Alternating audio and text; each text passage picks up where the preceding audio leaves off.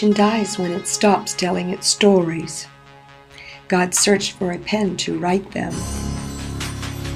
He found a gentle giant with a mighty pen.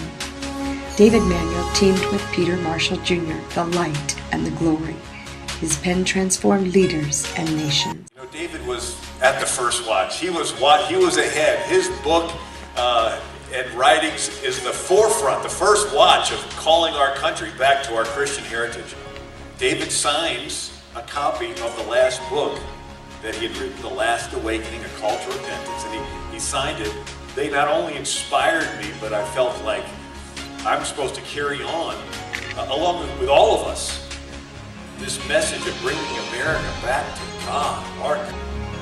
David begins to share. And he talks about the prayer we had had, because that's what we need more of. Not just a short prayer, but a prayer where we really seek the face of God. A prayer that goes on for minutes and hours. A prayer that would go on all day, and several days, in a week, in several weeks. So that's what it's going to take.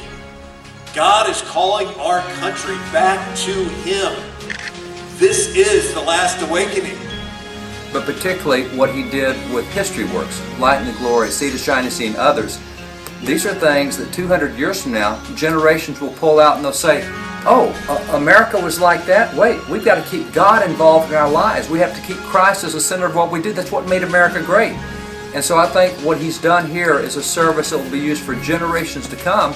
As I remember David, that's what's going to stick with me. He's had a great impact, but I don't think his impact is over by far. In England, people began to encounter Jesus Christ in a personal way. So enthusiastic and joyful were they that the church disapproved.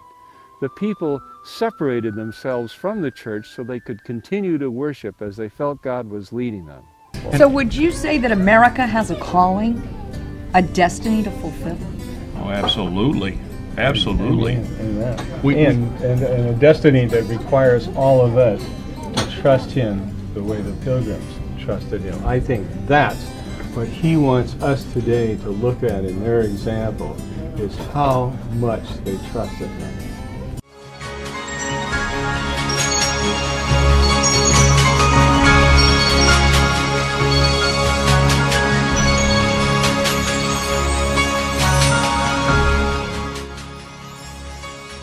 There was a great man who lived in a lighthouse in New England. He walked and talked with God, and the glory of his pen and the glory of his voice awakened a nation and was heard around the world.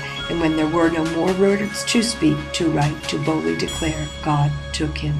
Sir David B. Manuel, Jr., 1936 to 2013.